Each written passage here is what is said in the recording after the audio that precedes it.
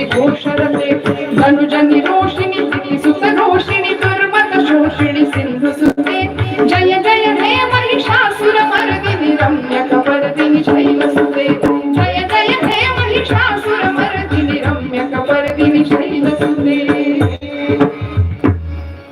मने सहित वाचा काया अवघी दिले पंढरीराया. तुकोबराय म्हणले आम्ही दिलं त्याला, आमचं मन दिलं त्याला, आमची वाणी दिली. कशी दिली? बोलावा विठ्ठल. आम्ही जे जे बोललो ना ते त्याच्या संदर्भातच बोललो. बोलू ऐसे बोलो जेणे बोले विठ्ठल डोले प्रेम सर्वांगाचे ठाई वाचे विठ्ठल रखुमाई. आमचं बोलण्याचा विषय सुद्धा देवच होता. दिवसभर बघा तुम्ही आपलं आपलं आत्मपरीक्षण करा ना, कशाला दुसऱ्यांची निंदा करायची.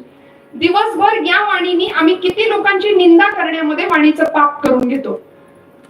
प्रचंड मोठं पाप करतो आम्ही, लोकांची निंदा करून दिवसभर. मग नाम काय करतो? हरिनाम प्रक्षाळी जिव्हे ते म्हणाले. ते नाम, भगवंताचं नाम आमच्या ह्या वाणीचं पाप धुवून टाकायचं काम करतं.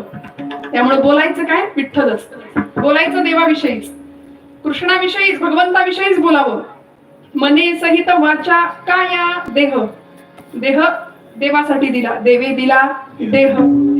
देवासाठी द्यावा, देशासाठी द्यावा. जो भगतसिंगांनी दिला वयाच्या 23व्या वर्षी. फासावर जाण्याचं वय होतं का हो? वय होतं का? नाही.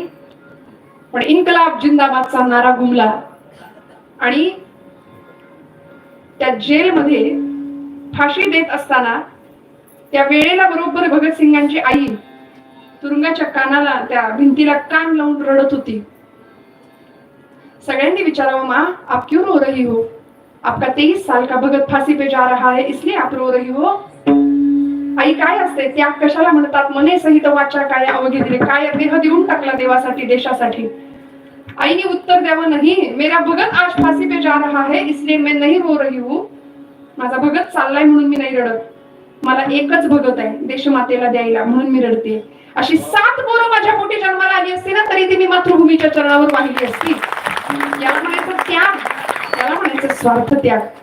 स्वतःसाठी नाही. आम्ही कसं असतं, सगळं तिकडं समाजाचं वाटोळं का होईना, बांगलादेशला आग का लागेना, धर्माचं वाटोळं का होईना, आम्ही आमची शेतीबाडी, आमची पोरं बाळ, आमचं घर, आमचा प्रपंच, आम्ही आमचं सुखी पाहिजे. पण माऊलींनी काय शिकवलं?